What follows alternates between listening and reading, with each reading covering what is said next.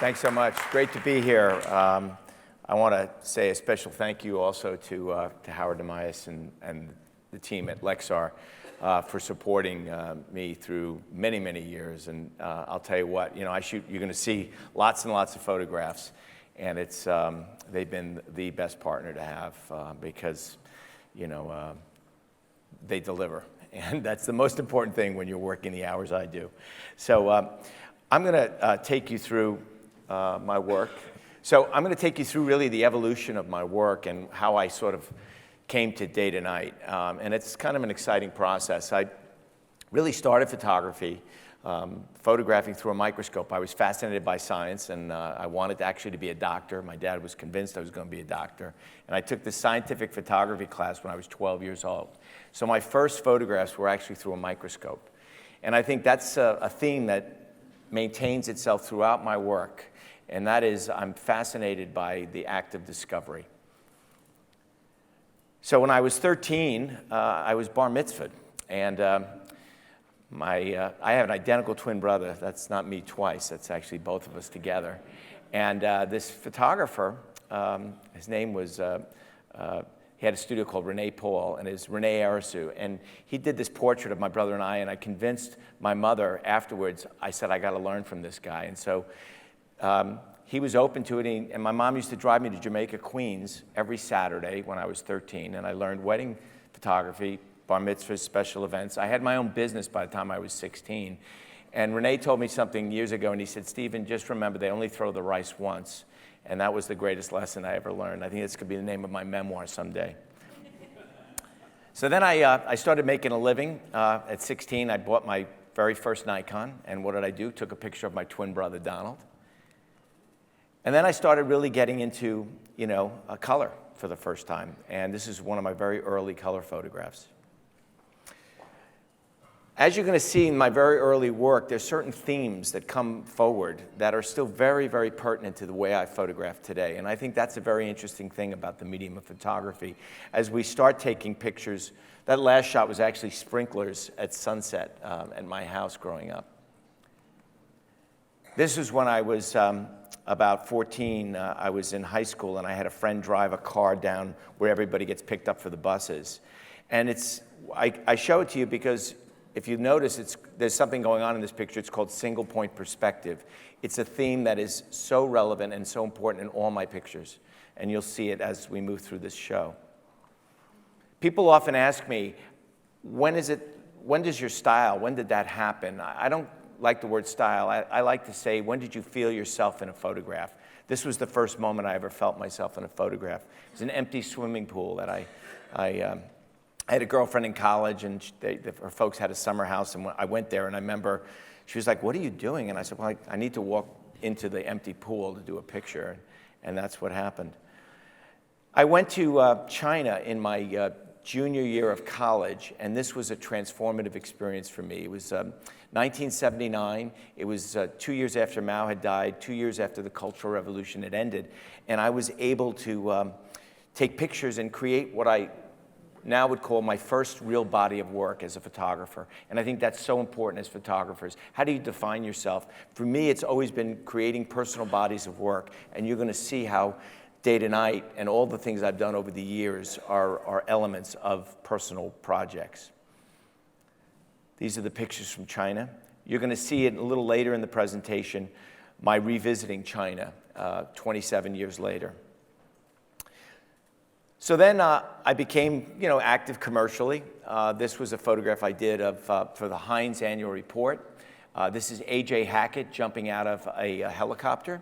A.J. Hackett, for those of you who don't know, he invented bungee jumping. So, and then this was for supposed to be for a nice Christmas card. It turned out to be the blizzard of 1983, and that's actually my umbrella up 40 floors. I call it my homage to Mary Poppins. So next stage of my career, I had the great fortune of being asked to do my first book. It was called California One. It was on the Pacific Coast Highway, and I was working with a group called Friendly Press. These guys were the founders of the Creative Black Book. Many of you know the Creative Black Book.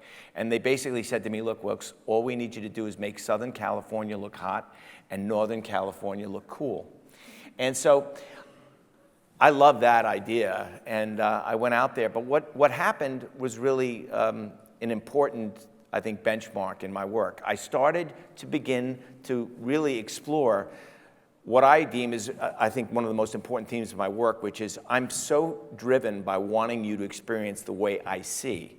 And so California One was the beginning where I start to expand the frame. I used a panorama camera in a way that a lot of people really hadn't, which was, you'll notice I'm actually shooting a portrait with a panorama camera. And so I was fascinated by this idea of capturing what is peripheral vision and making you feel so almost immersed into the scene.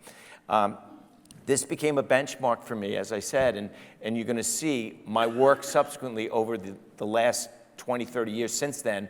I've been focused on trying to create photographs the way I see, not the way a camera dictates the way we have to see. Again, this is all film. There was no retouching in those days, so you have to have a certain mastery of craft.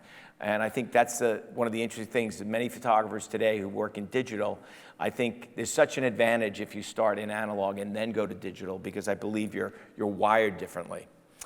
So subsequently, I then started another project, another personal project came into my orbit. And many people always ask me, how did you get this idea? Well, as a commercial photographer, the great gift is sometimes things come to you, you know, and this was an assignment. Ellis Island, I had an old editor for Life magazine. After they had folded, an art director there, Bob Ciano was his name, great guy. And he said to me, Wilkes, I know you love patina. There's this place, I'm working now for Encyclopedia Britannica, but there's this place called the South Side of Ellis Island. It's about to fall into the East River. Would you be interested in documenting it? And I said, sure. They were going to give me 1 hour. So 1 hour became a 5-year assignment. I spent every free moment I could photographing this place. Now, understand this was the largest infectious disease hospital when it was built in the world. The government essentially left it abandoned in 1954. I got there in 1998, and I spent 5 years documenting it. I actually created a film for the New York Landmark Conservancy. They presented it to Congress, and we raised $6.5 million to stabilize it as a living ruin. But in doing that, I didn't realize it at the time. I changed it forever. Because once, you know, politicians and everybody gets involved, suddenly what I found intrinsically magical about this place was taken away. So my work became a historical record of what it felt like. And I never did architecture before these pictures. But what I started really as a street photographer, and the strange thing would happen. I'd walk into these empty rooms, and I could feel the kind of energy I feel when I'm on the street. If I see you and I say, oh, you're open to me taking your picture. Or I could see you and you'd say, no, don't take my picture. I could feel those kind of things in empty rooms, and they didn't really make sense. But I just kept embracing it, and the more I embraced it, the crazier things started happening. I'd walk into a room like this, and that shoe was, light was hitting that shoe for 5 minutes a day, between 3:15 and 3:20. If you don't walk in at 3:15, you never see that picture. So the act of discovery and the act of photographing happened simultaneously. The hospital was based upon form and function. So you have interior screens. Many of you are looking at this saying, why would you have screen doors on an interior hallway? It was about tuberculosis and about the flow of oxygen. And that's what was so remarkable about this hospital. And then you're noticing the color. Everybody looked at this work. This is all shot with transparency 4x5 film. No retouching, no lighting, no nothing. I worked the way the great masters worked, from Louis Hine to so many photographers who spent decades photographing there.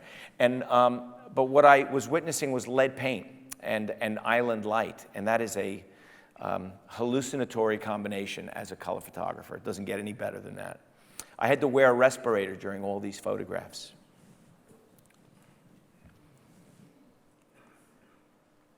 And this is one of my favorites, of course. I came into this room some reason I got drawn into it. I'd been down this corridor. It was a tuberculosis ward, and suddenly I was bending down looking at dead leaves and white paint chips, and I slowly picked my head up, and I'm 5 feet tall now. And exactly at this height, if I'm standing like here, I don't see this picture. If I'm over here, I don't see this picture. I have to be exactly in this spot, bent like this, and bang, that Statue of Liberty that's a reflection of the Statue of Liberty in a mirror.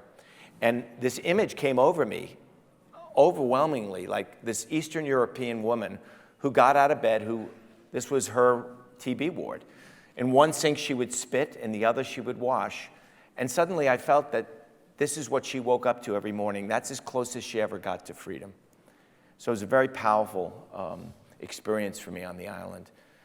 So many times I kept hearing Emma Lazarus' words, so far yet so close. So this work for me allowed me to see that actually I could inspire change with my photographs, that my art could actually create and make a difference. And so that really was an important step in my evolution as a photographer. But it also spoke something else to me. I became really passionate about the power of capturing history. And you're going to see how that transcends even into day to night now. So my next project was a project called Bethlehem Steel. I was approached again by another magazine. Would you be interested in documenting the dismantling of the Bethlehem Steel plant? So I went to Bethlehem, Pennsylvania, and I began this really cool project photographing these, flywheels. These were over 20 feet tall. And the weird thing was, it looked like everybody had just gone out for a drink and went for coffee, and they were going to come back to work, but they never came back to work. And so many of these rooms, this room in particular, this was called a welfare room. And so people would actually take their personal belongings and tether them into these baskets to the ceilings. And I took this picture 20 minutes later. This was knocked down, disappeared, gone forever. So it was always a race for me when I was doing this project. I was racing against the wrecking ball, trying to save history in any way I could. History is such a fascinating thing as a photographer because you fall in love with these places and you think they're just always going to be there. They become your muse in a way. But in a strange way, someone always asks me, how does it end for you? When do you stop, Both of these projects were taken away from me. That's how they ended. These were the executive offices. And this is what the night looks like now in Lehigh, Pennsylvania. There were nights when this plant used to burn bright. You'd see a snowstorm. Anybody who lives in Lehigh, they talk about it. They'd sit on their porches and watch and just marvel at the glow of the plant at night. And it doesn't glow anymore. Industry, steel, to America is very much what baseball is to sports in America. It's really the foundation of our industry. So this was an important story to capture. So next, I kept hearing about China in the news. 27 years after I'd gone to China, I was hearing these amazing stories that you will not recognize China. So I decided I have to go back to China and see if these stories are true. Does it look as if they say it looks? They're melding state-of-the-art technology with human labor in ways that are unimaginable. So I got access to the largest sock factory in the world. And then I started to I felt this connection between my memory of China versus what China had become. And my work has been over the last 20 years really trying to justify those two things. Like, how can this culture, one of the oldest culture in history, in recorded history, how can they change as radically and as fast as they have? This is one of my favorite shots. I tell the story. You're looking at literally a day that I never wanted to do a picture. It was the last day after a 3-week trip. And we went into a space called the Art Space, 798 Art Space in Beijing. And they had just taken an exhibition down, and I looked at it and I said, it's a Bauhaus factory built in the 30s. I got to do a picture here. And this little boy walked in. I set up a camera, did this portrait, and the first thing he did was he went like this. And I go, oh, that's John Travolta, Saturday Night Fever. My God, talk about Western influence. But then he calmed down, and frame 4, all of a sudden he goes like this, boom. And I feel like it's the weight of Chinese history coming through that young man. So in China, there was also a major change in my work. And that is, I began to really see stories within pictures. I began to become really conscious of multiple story narratives happening within a single photograph. My work then changed trajectory completely. I became worried, like most of us are, especially nowadays, in what was happening in the world, in particular major conservation issues, rising seas being a major one. Hurricanes like Katrina, oil spills like the Deepwater Horizon disaster defined specific periods for me. And I became interested in using my art to tell those stories in a way that we hadn't seen. I felt that there's a power in beauty. There's so much great documentary photography that's being done, but there's not a way to communicate those ideas in a way that I think really begin to touch you emotionally. So I need to access your soul in a way. I do that through beauty, and then I give you the bad news. This is one of the earliest ones I did. It was at Fresh Kill Landfill, and it looked like this magical kaleidoscopic scene. And I remember I shared this with Kathy Ryan at the New York Times, and she says, oh my God, we got to write this picture. We got to run this picture, excuse me. And they ran it, and somebody wrote in the editorial, I wish Mr. Wilkes had done a scratch and sniff, because I live here, and you need to really appreciate what it smells like too. Subsequently, I started making pictures that had this kind of a visual echo in a way. And so this was during the Deepwater Horizon oil spill. It reminded me of a Chinese watercolor painting. Again, during the oil spill, I started to try to photograph birds for the first time. I was interested in paying homage to Audubon, and in particular, those beautiful, beautiful drawings. But this is a soiled, oiled bird, a living bird that's been oiled and soiled with petroleum oil. I then went to Hurricane Katrina 6 months after the disaster and discovered this TV set during low tide in the sand. And for me, it became an image of almost a post-apocalyptic world that we're beginning to live in. And that kind of imagery really, for me, has the most gravitas. And subsequently, I was fortunate enough to make this photograph during the, of course, Hurricane Sandy, which was such a personal event for so many of us who are New Yorkers or live in Connecticut or New Jersey. And I'd heard rumor that there was this roller coaster that got dragged off into the Atlantic Ocean. And the day after the storm, I got a friend of mine who owns a helicopter to see if he could jump start it. And we flew 3 hours to find this scene. And it reminded me, like so many things do, I think, and that's what the magic of photography is, right? It's an infusion of all these visual things we all see, we read, we think about.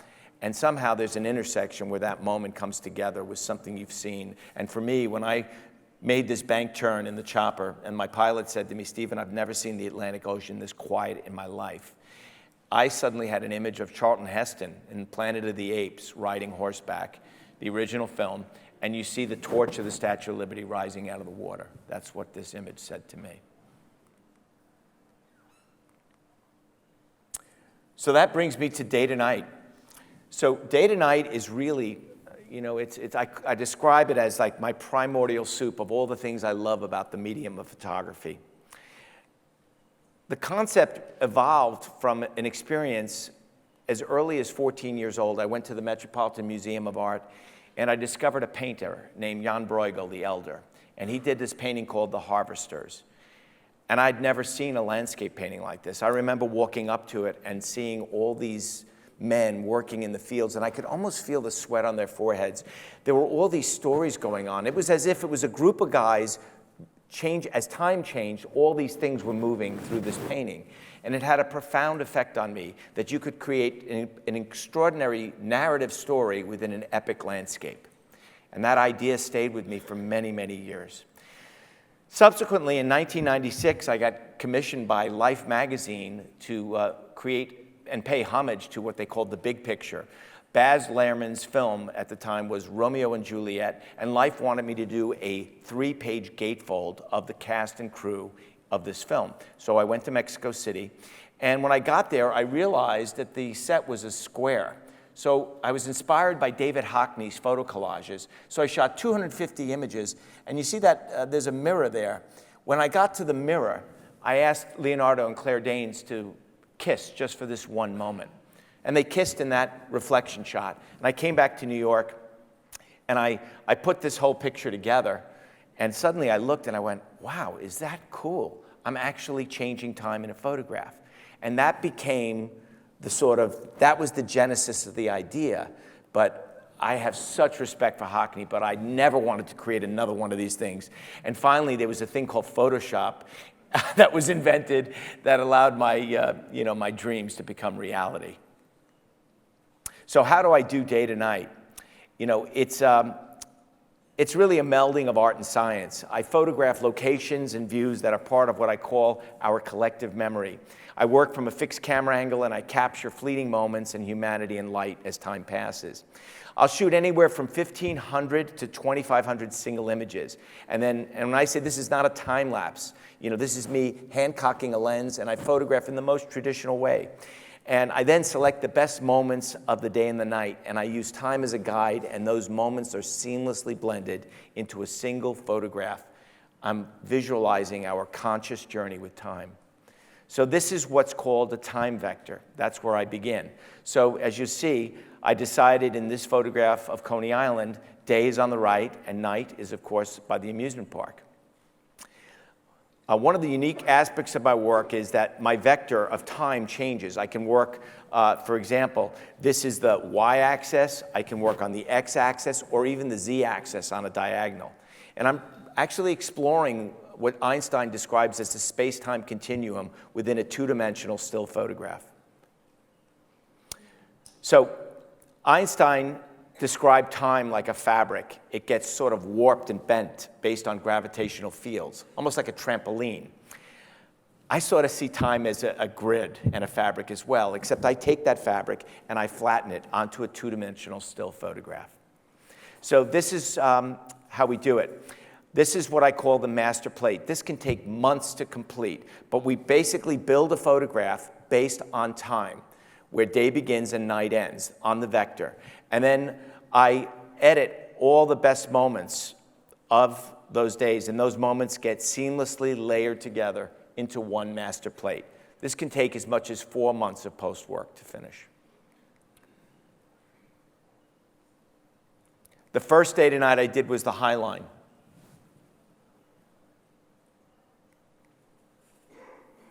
And one of the things about the High Line is, of course, you're at once intimate with the city, and yet you can feel the breath of the city.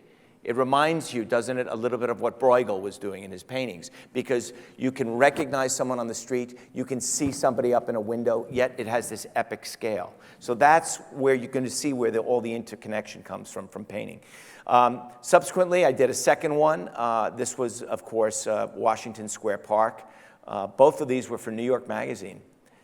And then, it just took off. I became completely fascinated and excited about what I was doing because, when you can do something in photography that encapsulates everything you love about the medium, it just doesn't get much better than that, it really is. So each one of these pictures become so satiating for me as an artist. It's quite extraordinary. This, of course, was 2010. This is the Flatiron Building, and those are the actual lights. They allowed me, the city of New York allowed me to bring a 170-foot crane onto Fifth Avenue on 9/11 in 2010. Times Square. So Times Square is checkerboarded.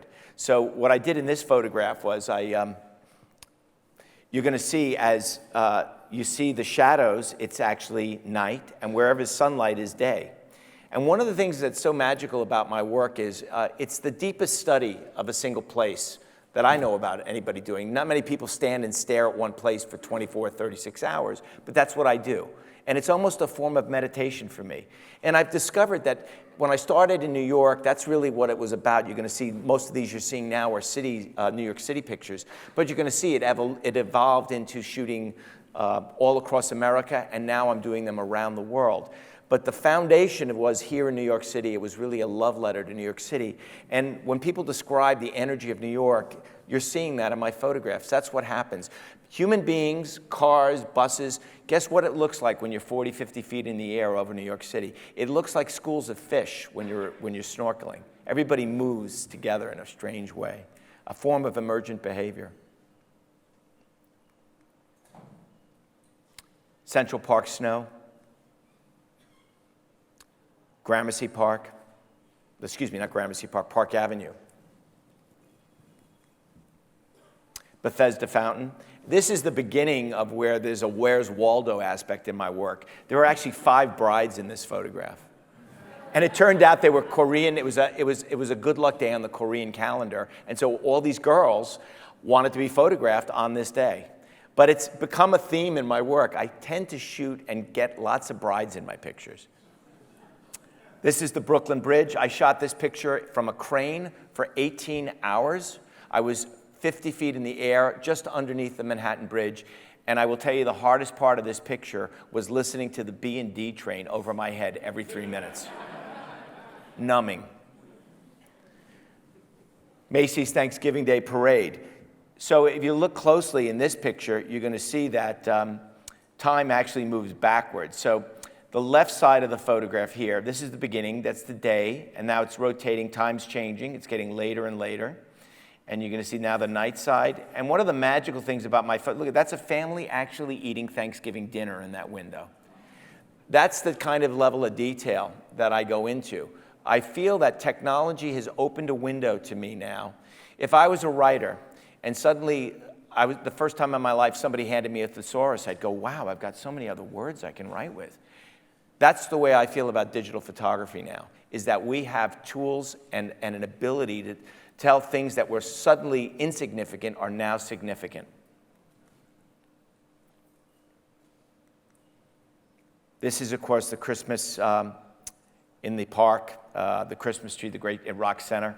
This photograph was actually done from the private balcony of Mr. Gimbels, who, believe it or not, was the founder of Saks Fifth Avenue. Again, now I started to move the work outside of New York. This is a big picture I did of Chicago. History in this photograph. You'll notice this is the real view before they built the scoreboard. This view doesn't exist anymore. LA, the Santa Monica Pier. Of course, this is the 2003 inauguration. This is actually what it really looks like when you have 800,000 people. Yes. The President, Obama, personally gave me permission to do this picture, and it was pretty exciting. They asked me, you can see time change in the monitors, by the way. There he's taking the oath, and that's one of the most famous lines from his speech for the entire day. But it was quite extraordinary. They allowed me to be dead center. They allowed me to be in a cherry picker. I was 40 feet in the air for 10 hours.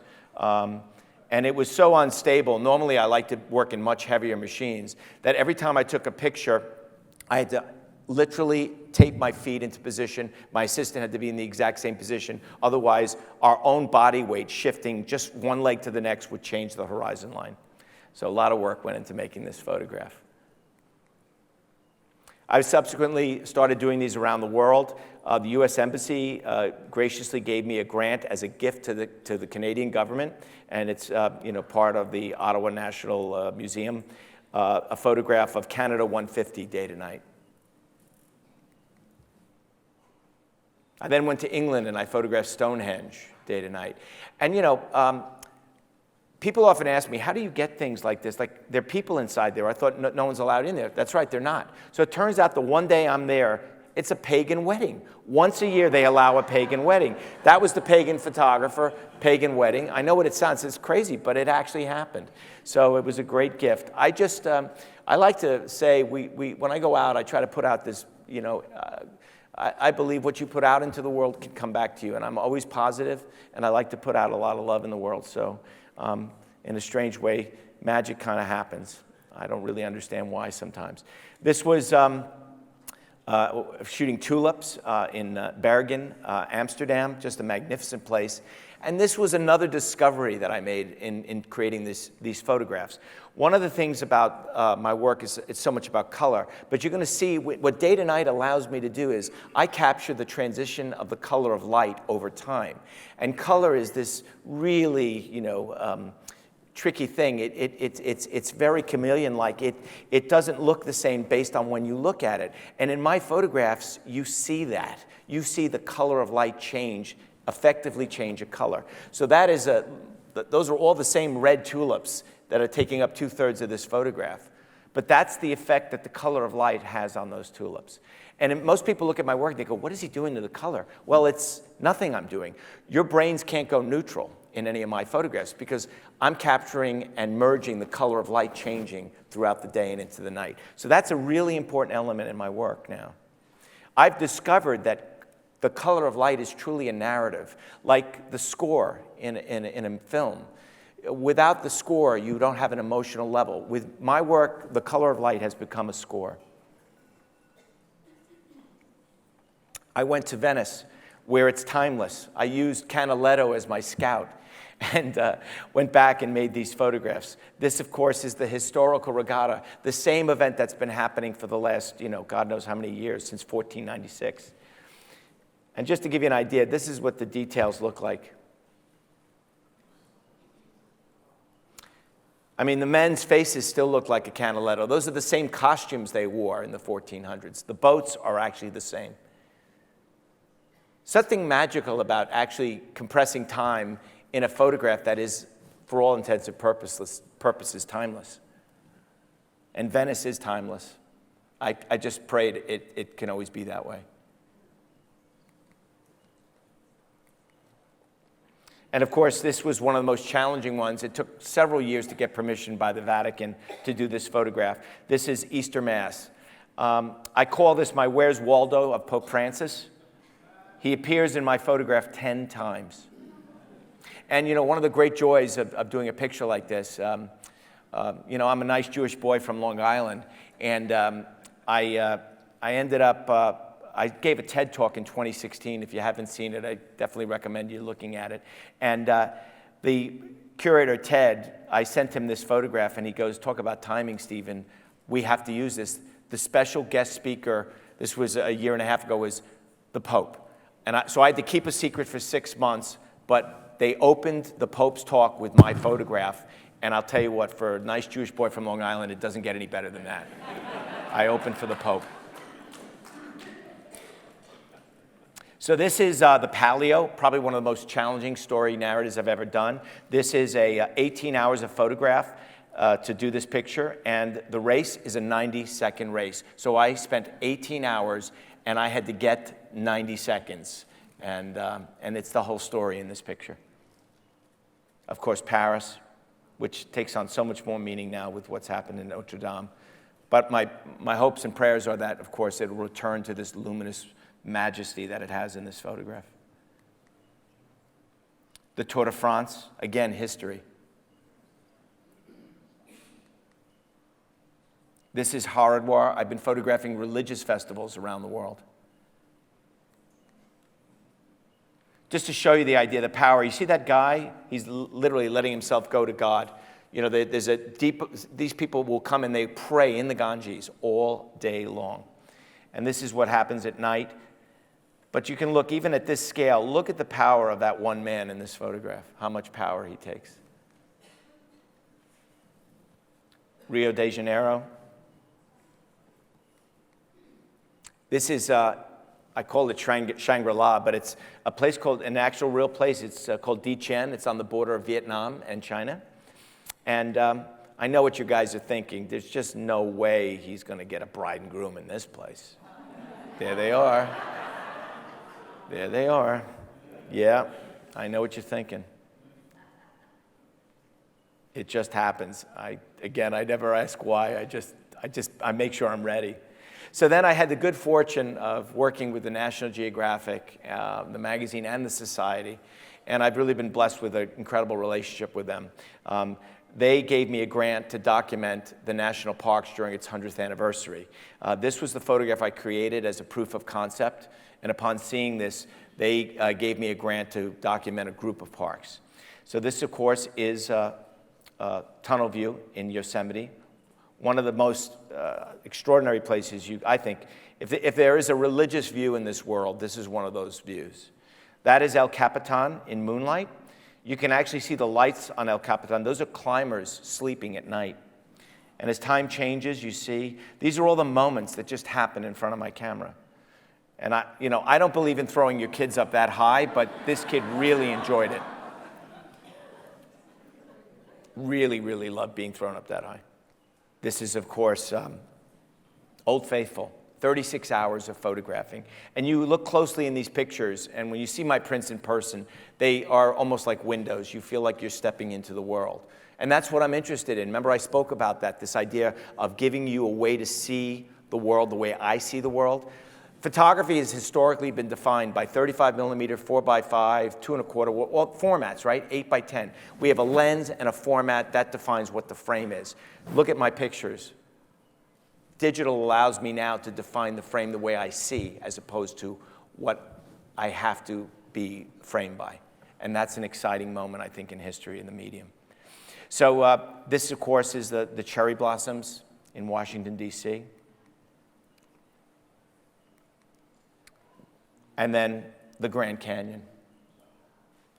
36 hours on top of a place called the Desert Tower. They allowed us to sleep on it. Then something happened. I did a photograph for the first time of wildlife, where I used, instead of people as a narrative, I wanted animals. And I went to the Serengeti during the peak migration, and what did I see? I saw something that transformed my life as a photographer. I spent 26 hours in a crocodile blind. We literally were photographing nonstop, and what came through that watering hole it was peak migration, but it was a 5-week drought going on. And these animals all shared this watering hole over a 26-hour period. They never even grunted at each other. They seemed to understand something that we humans don't, that water, this precious resource that we're all supposed to have wars over during the next 20 to 50 years, is something we all have to share.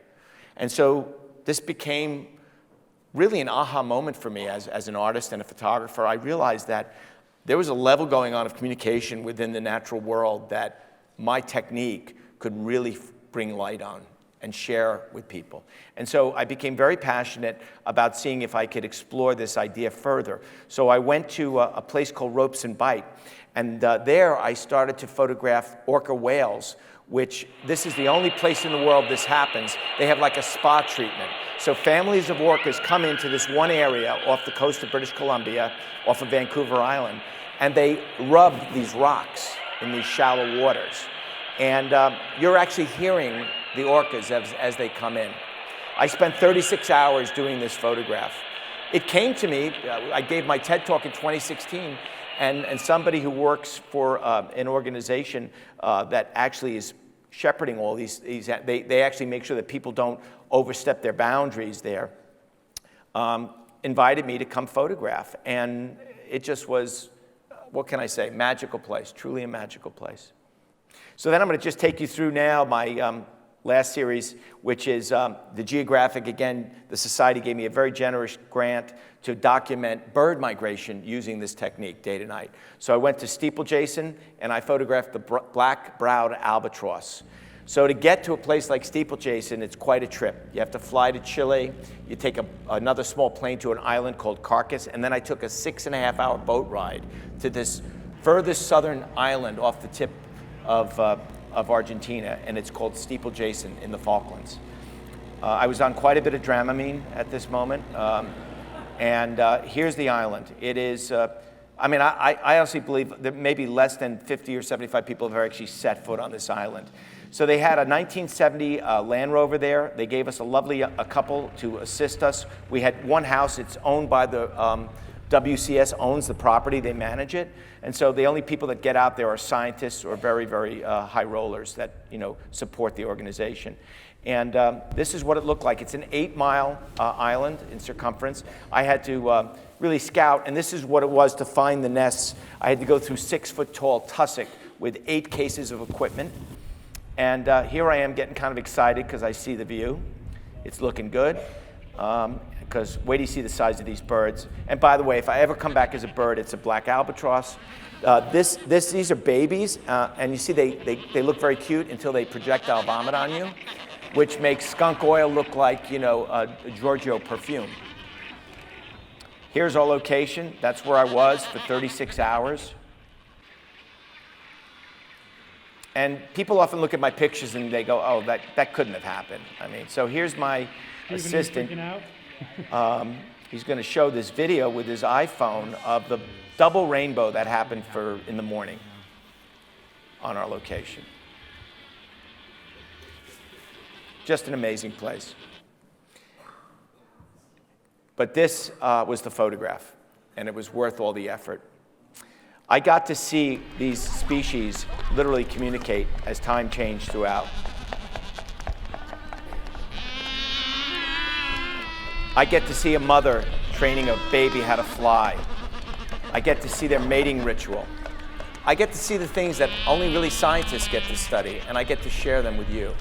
So that's what's so special about where I'm going with this work now. I'm focused on endangered species, endangered habitats, and I'm going to show you one shortly, the latest one I've done. So subsequently, I went to shoot the sandhill cranes. This was one of the most challenging ones we did. This is in a place on the Platte River in Nebraska. These birds are hunted most places in the world, but in Nebraska, they're considered royalty.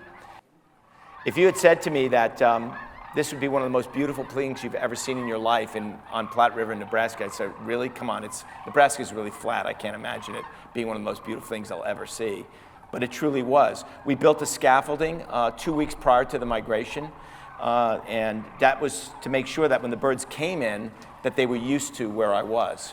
And then I spent 36 hours in this nice little home away from home. That's what I sort of looked through for 36 hours.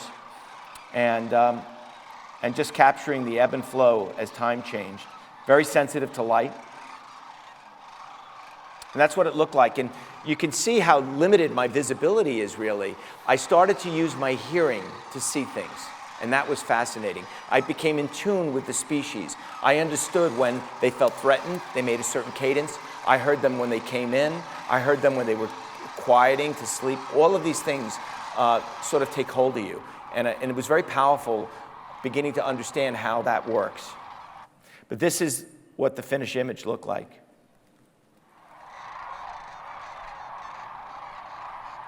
Again, there they are sleeping on the right side. They get up in the morning and they begin to fly out into the fields. And then as the afternoon comes, they begin to come back. And people often ask me, well, what was so spectacular? Well, when they take off at sunrise and they come in at sunset, there are moments when the entire sky is filled with these 8-foot wingspan creatures.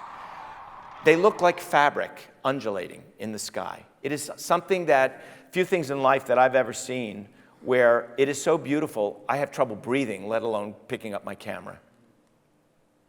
And then Bass Rock, this was for the northern Gannet species. Lovely bird. Actually, they're very pretty. They're not personality-wise.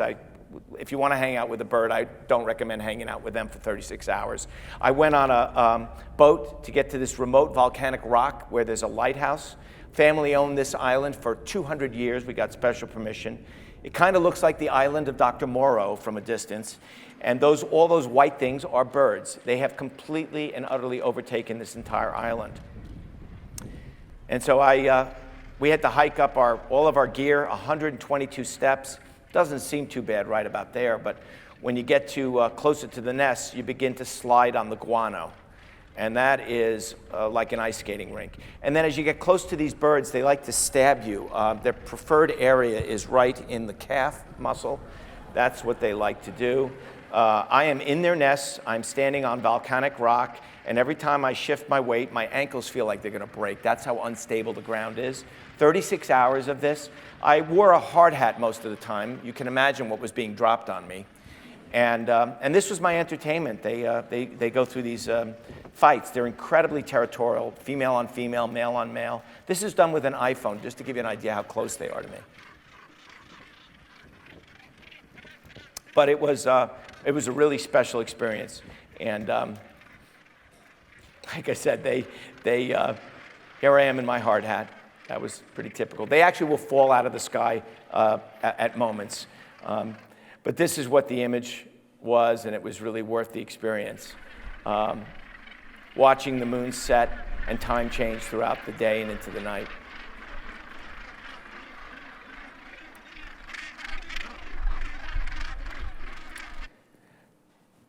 And finally, I'm going to share, this is Lake Bogoria, and this was one of the most challenging ones I did because, believe it or not, climate change really impacted this photograph. I was supposed to go to Rio Largatos, Mexico, but for unknown reasons, we believe it's climate change. The birds never came to nest when they were supposed to. So I had to find another area where I could do a picture of lesser flamingos. So we went to Lake Bogoria in Kenya. And we built a scaffolding, and about 30 feet tall. And these are not nesting flamingos, and that is really, really important to understand. So most of you are probably going to say, well, how could you do photograph for 36 hours if they're not nesting? There's no reason for them to stay there. Well, climate change helped me on this picture. It turns out that during the dead of dry season in Lake Bogoria, it was raining for 5 weeks every night at 9:30, massive thunderstorms. And those thunderstorms were creating a freshwater stream right in the front of the lake. And I did my homework, and I found out that, guess what? Flamingos love feeding in spirulina and that really sort of volcanic lake water, but they really love bathing in fresh water. In fact, they can't resist fresh water to bathe in. So I set up my blind right in front of the freshwater stream, and I lucked out. The birds came, and they stayed there, and this is us doing the work throughout the day and the night, and this is what the picture looked like. And again, in my photographs, you get to see all of this story. You see these birds in the foreground. Those are marabou storks that actually hunt the lesser flamingo. And I witnessed them have a full-on attack. That's one moment. You see that those are hundreds of thousands of birds. That's one moment due to a marabou stork attack that came from the front and back. So time changes. The morning is on the bottom of this picture, and time changes along the x-axis. And then finally, this is my most recent. It's, of course, grizzly bears in a place called Bella Coola. The society has given me another grant to document endangered species and habitats in Canada. So I'm very excited about that. And this is where I'm beginning to go with the work, is to keep bringing more and more attention on these subjects. I'd like to announce, too, that my book, Day to Night, is finally going to be coming out. It's out officially the end of July, but we have a sample copy. It's like a dummy, but we can share you with things. And then finally, I just want to end real quick with this. It's a film I did on my mentor, Jay Maisel. This has been a very busy time for me, but I did a documentary that I really am excited about. It's opening at Film Forum, and I want to thank Nikon, who was very gracious in supporting it. So anyway, watch this trailer. It's just 2 minutes. Objects are there only if you really see them. If you don't, they don't exist. And art is, to some effect, trying to make others see what you see. For 35 years, Jay Maisel has been showing us his extraordinary vision of the world. He was someone that we all looked up to. He was an idol. Jay's images invariably seem to say, stop and look at this. It was the summer of 1979. I took an internship with a photographer named Jay Maisel. Jay's home and his studio was a 6-story, 36,000 square foot former bank on Spring Street in the Bowery. When I heard that this building had changed my life and the man who shaped it were moving on, I immediately knew I had to capture Jay's world before it disappeared.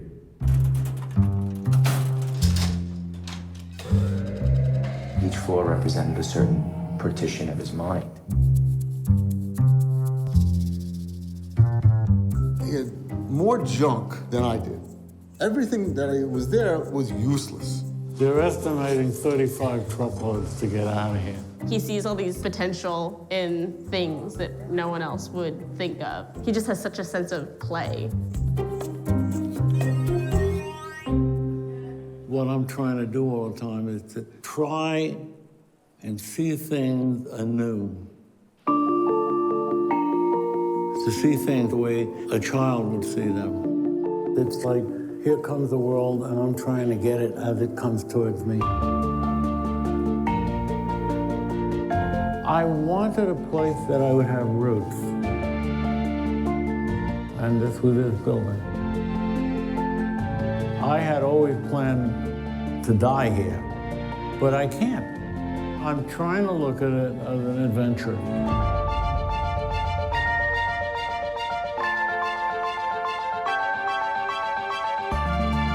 He was an artist of his generation, a philosopher, and the greatest teacher I ever had. We do not take pictures. We're taken by pictures.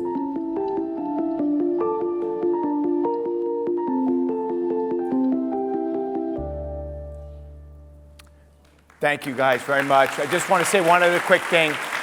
I'm very excited because I have a wonderful partner now. Oscilloscope Laboratories is distributing our film. They purchased it, and it's going to be world premiering at Film Forum July 31st. Jay's going to be there. I'm going to be there. So if you guys can make it, it's going to have a 2-week run, and then it's going to open at the LaMille Theater on August 16th in Los Angeles. So we're real excited, and if you love photography and you love Jay's work, I think you're going to love this film. So thanks so much. I work with a lot of different camera systems, to be honest, but mainly my day-to-night is a large format Linhof camera system, and I use phase back and stuff, and then I work 35 millimeter. I work with Nikons. Yeah. Following brag your picture. Thank you. You're shooting, you shoot 48 hours. And Yeah. then what is your workflow? What is my workflo? Oh, well, we have a real system. My assistants, I've got a great team, actually. Alec Erlbacher and Mike Moran are here. I'm blessed. Usually it's always one person with me, and what we do is we have a very clear system. Everything gets coded as I shoot based on time, and then it gets backed up, and then there's a certain color code system that I have based on time that allows me to edit sequentially. And then I edit in Capture One, and I find that, I'm able to do the markings, everything that I need to do in terms of choosing the specific moments, everything gets marked that way, yeah. So it's pretty, I'm using, everything is available. There's nothing customized in terms of my workflow. So obviously you're stopping down, but how do you get such clarity for the evening photos? Well, you never change the f-stop, and what I do. And the beautiful thing about digital now is, in the early days, when I started this series, I was shooting night photographs in the city. There's lots of lights, right? So it was okay. I couldn't do what I'm doing now in the national parks or in these remote places in the world that I'm going to, because I have to wait for moonlight. That's why it's 36 hours sometimes, because I'm waiting for the moon to get to a certain angle. But the new backs and the sensor technology has made such leaps in terms of long exposure.